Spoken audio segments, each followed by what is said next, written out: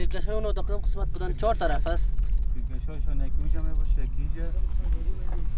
یکی شو استقامت است که برگ پوشاندش که نبینش. اینا را تیاره زده نمیتونن. تیاره زده میتونه یا هم رنگ اراضی هم رنگ فعلا اراضی سبز است هم رنگ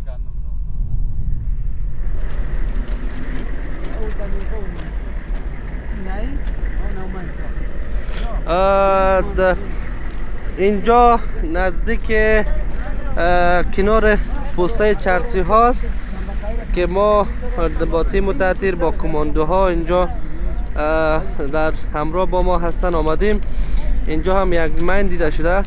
تیم تحتیر انجینری اردو کوشش داره که این مین هم انفجار بده و اینجا سنگرها یعنی سنبقه ها و مشهور به سنبقه ها هستند که طالبان جور کرده بودن. از این سنگرها مقاومت خیلی شدید کردن، تقریبا 10 روز اینجا مقاومت کردن در مقابل نیروهای امنیتی و تلفات بیشتر هم دادن و ما هم در کنار نیروهای اردو و کماندوها اینجا قرار داریم. لاین پیدا کرد.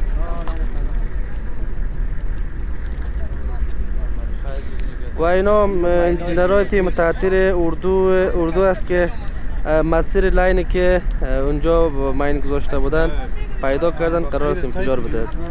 توی فرما از این بگی نشان بده بقران که ببینه ایران میمونه یه پار نه ما تو والله که ما جنگ کنیم میره کم دیگه کجاست؟ اینجاست؟ یه قدر دیگه اینجا مثل نشان بده کی میگفتم نه چیزی بیا برو و ما هم طرف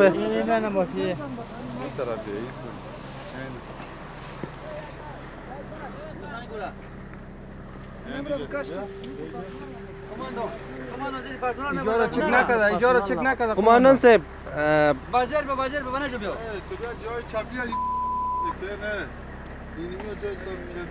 نه جای چابلی نیست. نه ای وقت نکنی پاک نکرده قماندانیشو بگم کار کنم چی نشه کی من خراب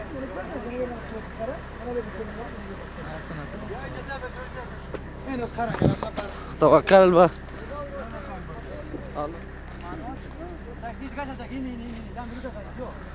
این چی است؟ اینا سنگرهایی است که طالبان اینجا ساخته بودن. میبینین به نام سنبقه‌ای میگفتن که اینجا خیلی مستحکم بودن. از اینجا نیروی امنیتی را هدف قرار میدن. تقریبا 10 روز از اینجا اینجا مقاومت کردن و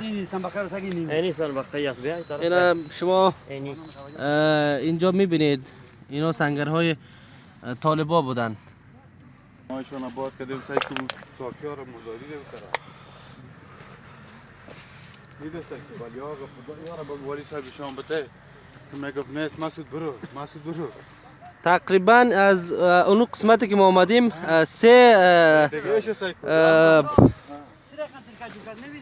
تیرکش ها و سنبقه های که طالبان ساخته بودن میبینین در هر 10 متری در هر 5 متری یک سنبقه ساختن.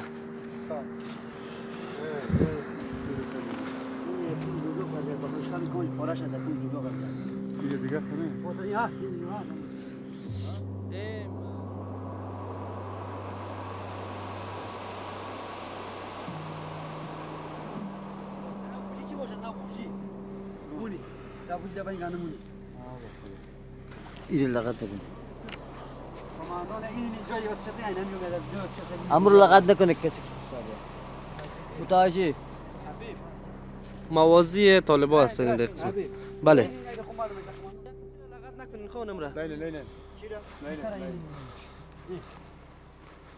ما امرا با کماندوها و اردو لحظه به لحظه سنگرهایی که اینا تصرف کردن و طالبان از قسمت فرار کردن در کنارشان هستیم و لحظه به لحظه پیش میریم که اینا چی کارهای دیگه هم اینجا انجام داده و موازی های اینا که خیلی مستحکم در هر 10 متری 5 متری اینا یک موازی داشتن.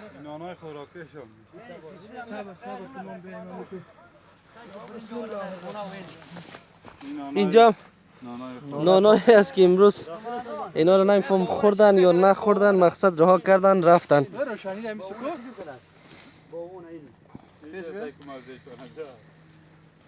خوب جوره از کماندون اینا موضوع های طالبا است. میبینین شما این موازی طالبا است که در هر 10 متری یک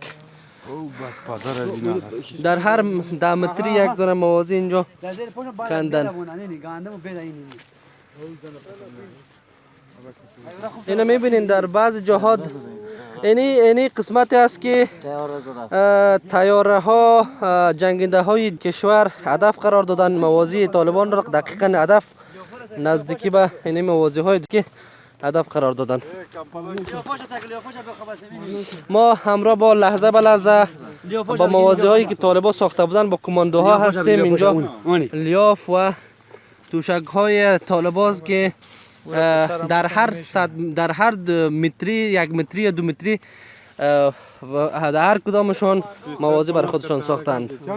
و این یک موازی دیگر سنبقه‌ای که مشهور به سنبقه‌ای است که اینا خیلی خطرناک هستند. در روز تقریبا نیروی امنیتی را مصرف ساختن از اینجا هدف قرار میدادن و در روز مانع پیشروی نیروی امنیتی میشدن که اینا میراث دارن که ماینای پرسونل، ماینای شخصی که اینا نمانده باشن. و این قسمی که میبینین تمام قسمت ها جنگل است. دید برای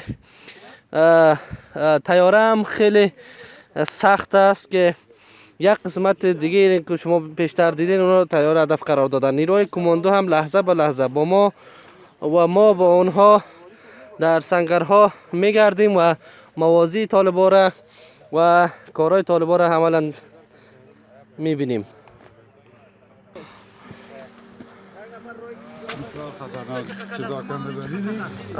قماندان صاحب اینجا ماین نیستن، یعنی در بعض وقتا ماین می باشن، ماین دشمن جاگذاری میکنن به خاطر که یکی از موازی های خیلی خطرناک طالبا است که شما اینجا میبینین.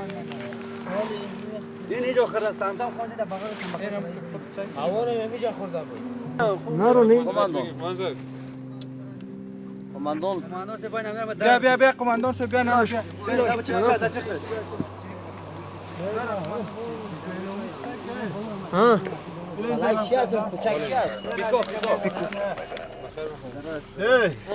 این نتیجه میزنه. استقامت غار که نتیجه میزنه. ژورنالیست یک جای ما رو وقت می‌کنه ما در بقرون این مرمیاشون میبینی؟ کوچکای دشمن است که انداخت. از این قسمت ها هدف قرار میدادن. از استقامت به نام سنبقه‌ای که تیرکش انداخت میکنه، مرمی پیکاشون است. این پیکا هم است و سنایپر هم استعمال میشه. سنایپر روسی. آیا اینا سنایپر داشتن؟ بله یا سنایپر چطور ندارن؟ دشمن چطور سنایپر نداره؟ سنایپر نمیداشت که جنگ میکرد. تیرکش های اونا در کدام قسمت بودن؟ 4 طرف است.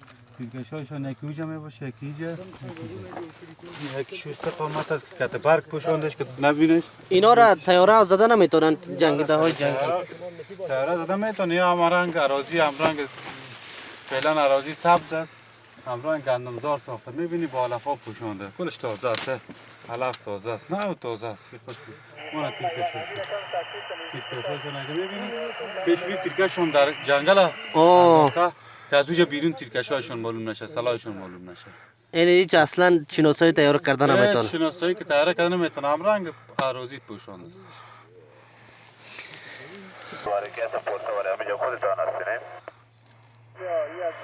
اگه آمدی اوجه هم باز یک مردوی که تیاره ما در تبات هستیم.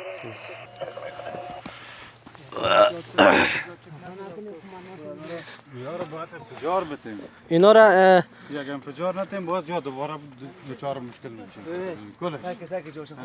اگه تو میره اون دو جای من دازه خدا اینه میجوی شن بایی وصل کرده خدا بایی جوی.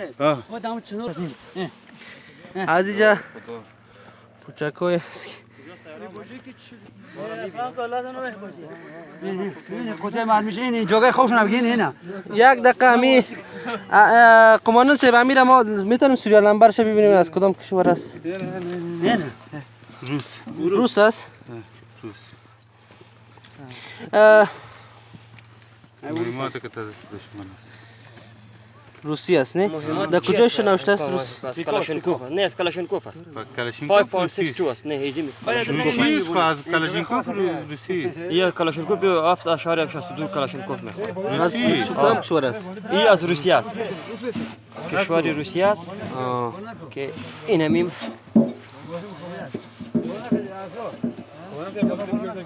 بیا یا قوسلا نداره بیاد گلاساشون هست ها؟ احتیاط کن گلاس برنج است چی است؟ گلاس برنج را بگونی اونی کشمیش دار بودی پدر اونی اونجا رفته کن یا رسول بن فجار نتون با قرآن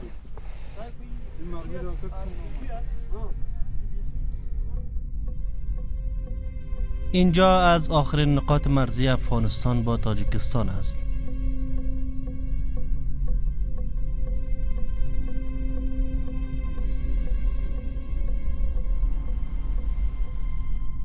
و چیزایی که ما پیدا کردیم به دست ما آمده پوچکاش بود و کدام ذبیح الله شیرزی از افسران نیروهای ویژه ارتش سابق افغانستان که هدایت شبانه نیروها را در این عملیات به عهده دارد، بر اساس اسناد به دست آمده از محل استقرار افراد طالبان و سنگرهای آنها ادعا میکند که مهماتی که طالبان علیه دولت افغانستان استفاده میکنند روسی است. او همچنان تاکید میکند که بسته های مهمات و بقایای گلوله هایی که از میدان جنگ به دست آورده اند نشانه های از ساخت روسیه دارد. به گفته او این مناطق به دلیل نزدیکی با مرز تاجیکستان این احتمال است که طالبان از سوی روس‌ها تجهیز و حمایت تسلیحاتی می شوند. نو برش می ای چی است؟ از کدام سلاسی؟ ای از RPG است راکت یعنی؟ راکت است ای بیخی نو می قطی بس برش می این به نظر ای از کجا میه اینو؟ از کجا پیدا میکنه اینو را؟ چون این ساحه نزدیک طرفای روسیه است حتما از اون طرف اکمال میشه نزدیکای روس است و چیزایی که ما پیدا کردیم به دست ما آمده پوچکاش بود و کدام قطی مهماتش بود او از روسیه بود و از این ما میفهمیم که مهمات و چیزایی که استفاده میکنه علیه دولت افغانستان این روسیه است. شکر.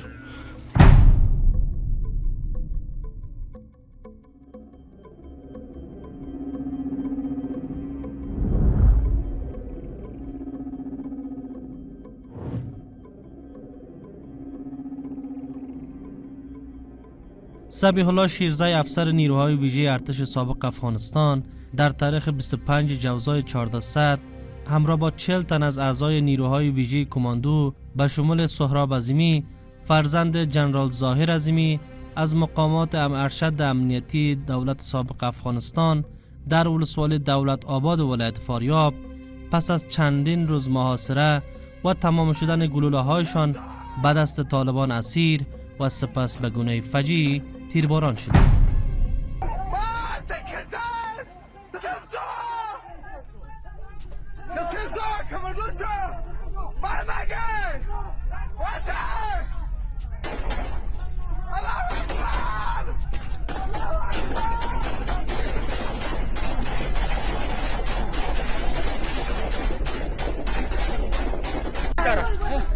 نزنند ولی نزن چی میکنی یو نزنی میولی خیش کن میولی یو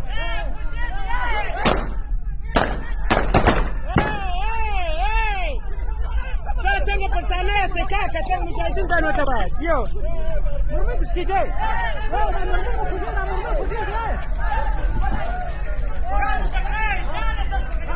شانه دنیر عمل گره الحمدلله در فاریاب ولایت دولت آباد ولسوالۍ کې شل دانې قومندان ځای پر ځای مردار کړه الحمدلله دا جسدونه پاتې دي.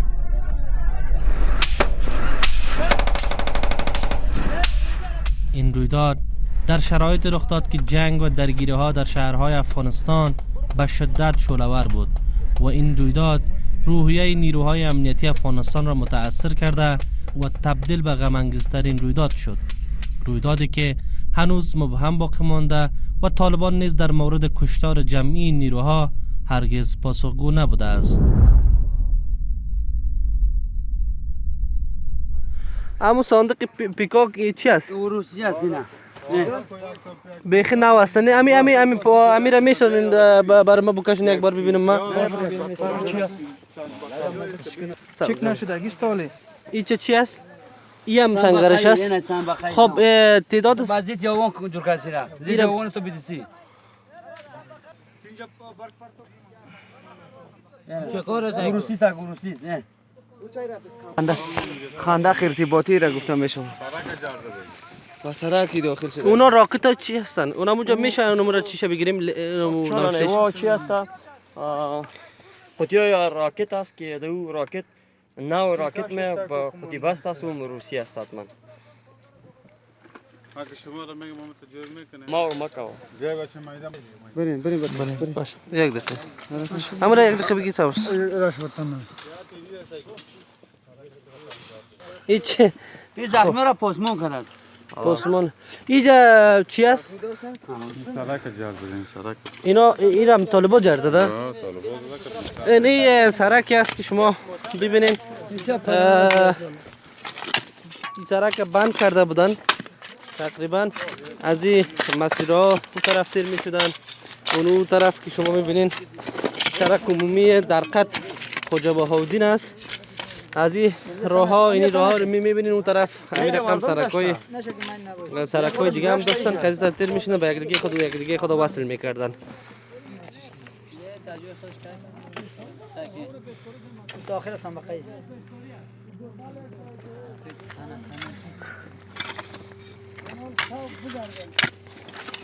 پارت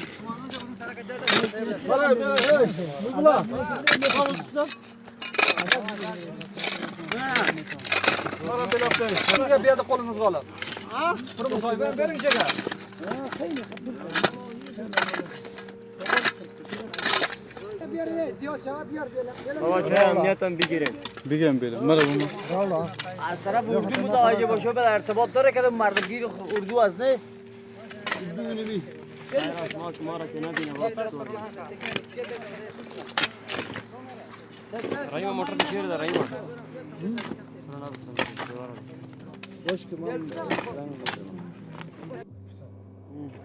جنگل تیر شده.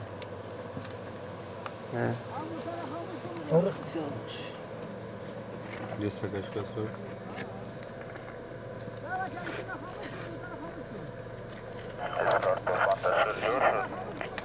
درست تاثیر جور شد.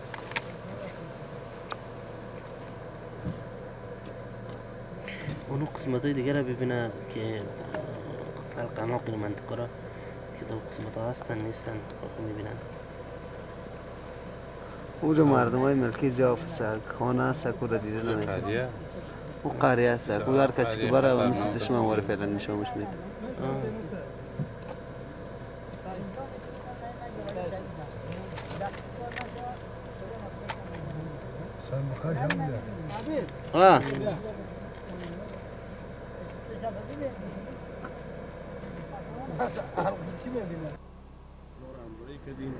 و برای شما واضح معلوم است که هماهنگی نیروهای امنیتی در عملیات پامرسه در رأس شخص جناب ولی صاحب بودند. شما عملا میبینید در این عملیات هم از قطعات کماندو، قطعات خاص پلیس، کندک نظم عامه، در جمع کندک سرحدی، در جمع نیروهایی که در این عملیات شرکت کردند یک هماهنگی عام تام به وجود آمده بود که نتیجه شما عملا میبینید یک دستاورد بزرگ شاهدیش هستیم. در واقعیت اگر واقعیت را چشم‌پوشی نکنیم عملیاتی که در این سایه خواجه بهاءالدین در خط صورت گرفته یک چیز واضح و روشن است که همون گپ بزرگ است که میگه آفتاب به دو انگشت پوت نمیشه. مسیر ولسوالی خواجه بهاءالدین تا در خط کاملا برای ترافیک باز است. ما هیچ گونه مشکلی و هیچ گونه تشویشی در این مسیر نداریم. شفا کردن این سنباقه دبای از این میشن میمونه این سنباقه شفا کردن طالبا گرفته بودن پوستر شفا کردن. این طالبا چپا کرده اینا را. نه دقیقا ما در نزدیکی پوسته چرسی ها، خود پوسته چرسی ها قرار داریم که طالبا در این قسمت سنگرهای مستحکمی را نیروی امنیتی را گرفته بودن و این جای خیلی استراتژیک برای طالب ها بود و چندین بار تیاره های را هدف قرار دادن این قسمت ها را و 7 تن از سربازان پلیس هم اینجا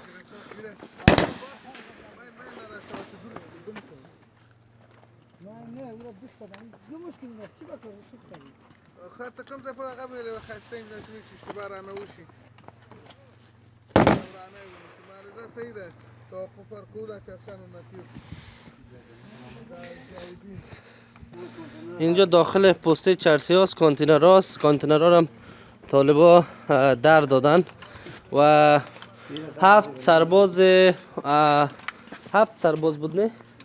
7 سرباز پلیس که اینجا در محاصره طالبا بودن، اونها اسیر بودن، گرفتن و بعد از او به قتل رساندن. یعنی کانتینرهایی است که اینا هم پس از او در دادن این قسمت هایی است که تیاره هدف قرار داده بودن کاملا اینجا سوخته منهدم کردن.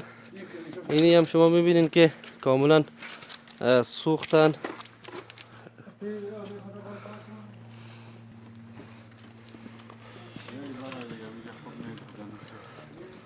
اینی قسمت های است که چندین بار طالبا فکر میکنیم اینجا چی شده جناب قماندان صاحب؟ اینجا تیاره زده فکر میکنم. طالبا چرا کرده اینجا موضع جور کرده بودن دشمن. این موضع طالبا بودن. این تخریب که شده. یه تیاره زده تیاره. کدام ایرا؟ تیاره با من. این بام تیاره است. نه قماندان صاحب اون از زیرش کندن، اون زیرش با بر کندن اسکوای برو چپاش بزنید. تیاره سر با من نافتم تو زیر را قضیه که اون زیرش کندگیز با بر اون تیاره با من داخته بود. اونجا که با من داخته زده کلا دیدی میبین دسته با من میزده.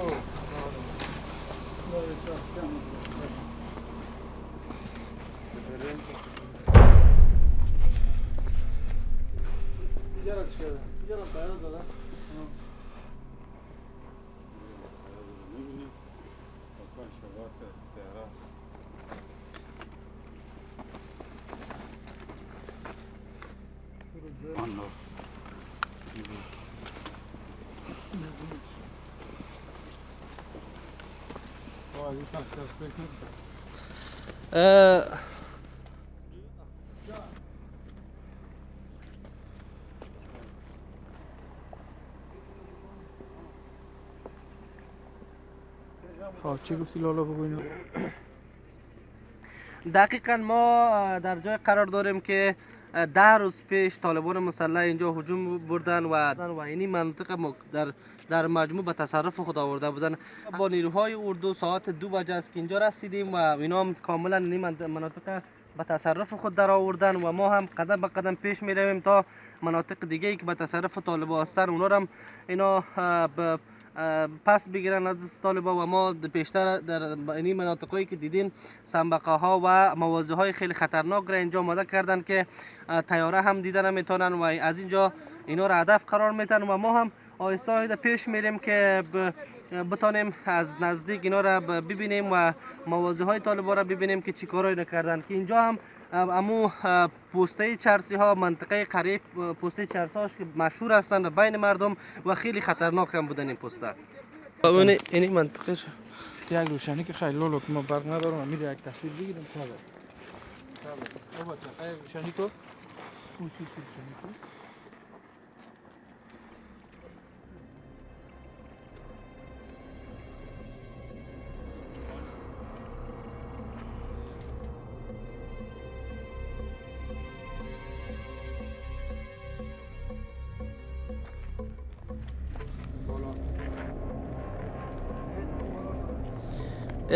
اینها هم اطراف پوسته چرسی هاست که شما میبینین و نیروهای امنیتی هم اینجا خود رساندن کاملا این مناطق به تصرف خود در آوردن و ما هم ماموریت خود اینجا به خاتمه میرسانیم و نیروهای ویژه پلیس در کنار ما هست، اردو در کنار ما هست که شما اینجا میبینین. اینا هم هست نیروهای شجاع است که خود به خط اول رساندن.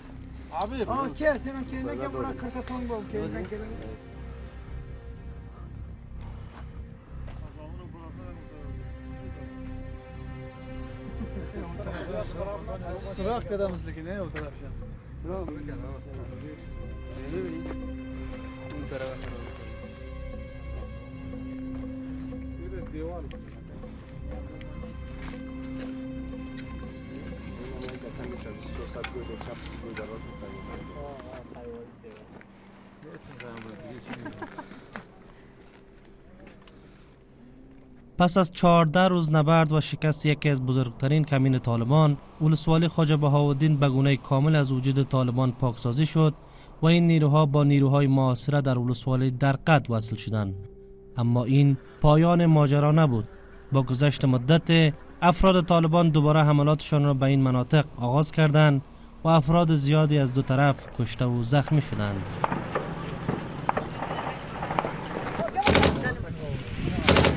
نیروهای دولتی با جانفشانی در برابر طالبان می جنگیدند، ولی نمی دانستند رهبران و متحدان اصلی دولتشان چون آمریکا چه سرنوشت تلخی را برای آنها نقشه کشیدند.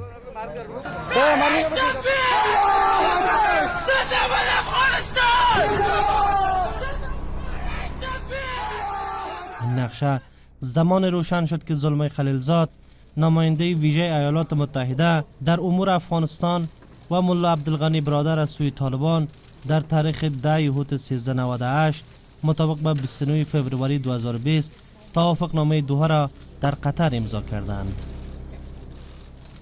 در ظاهر هدف اصلی این توافقنامه خروج نیروهای آمریکایی از افغانستان و آغاز روند گفتگوهای بین الافغانی و صلح عنوان شده بود، اما در عمل هرچند نیروهای آمریکایی به صورت امن از افغانستان خارج شدند، نه گفتگوهای بین الافغانی به نتیجه رسید و نه صلح برقرار شد، بلکه این روند در نهایت به سقوط نظام جمهوریت و بازگشت تدریجی طالبان به صحنه سیاسی و قدرت در افغانستان انجامید.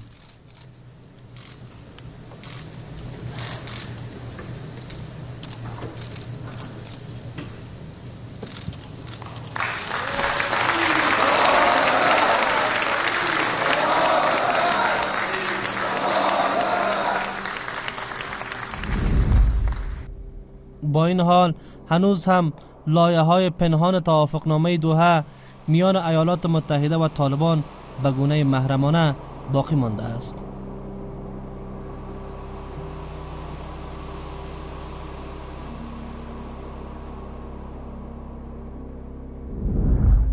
پس از این توافقنامه به دنبال فشار رهبران دولت افغانستان از سوی مقام‌های دولت پیشین ایالات متحده و در نتیجه تلاش‌های آقای زلمه خلیلزاد، محمد اشرف غنی دستور آزادی حدود 5000 زندانی از خطرناکترین اعضای طالبان را از زندان بگرام صادر کرد.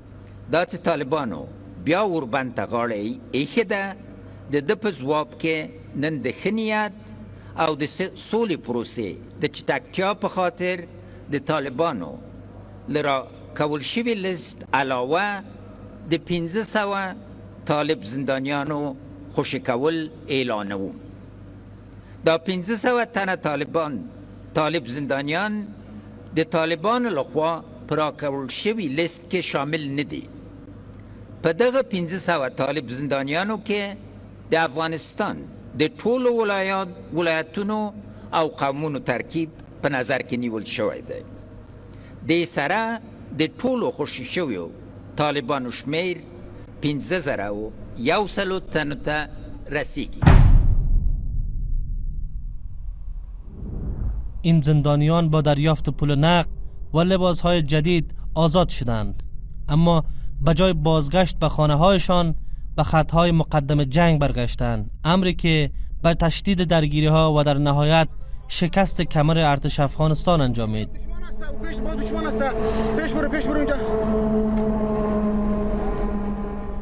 آیا رهایی 5600 زندانی یک اشتباه بوده؟ ما اصلا خواستیم که حقانیت خود را و مردم خود را بر دنیا به اثبات برسانیم که ما صلح می‌خواهیم و برای از یک قیمت بسیار کلان پرداختیم که قیمت پرداخت کلان همی رهایی از زندانیا بود که پس اون در برابر ما می‌جنگید.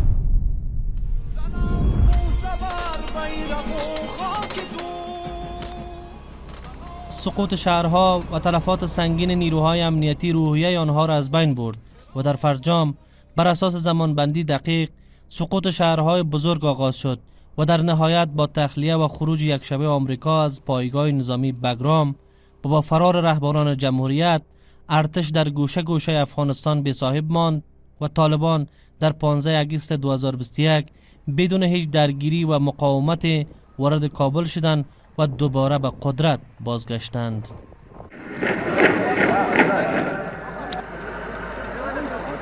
حالا کندک اول قطعات خاص و نیروهای کماندویی و در هر نوع شرایط و اوضاع جوی آماده اجرای وظایف می باشند.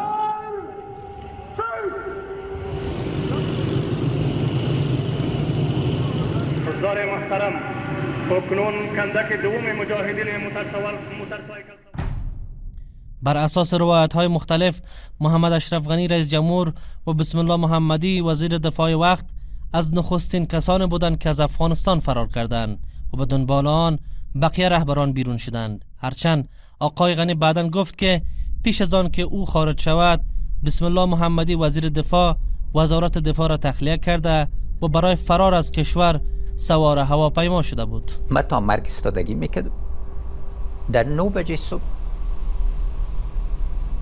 تصمیم جلسه کابینه را بر 3 بجه داشتیم. اکثریت مطلق در کشور وجود نداشت.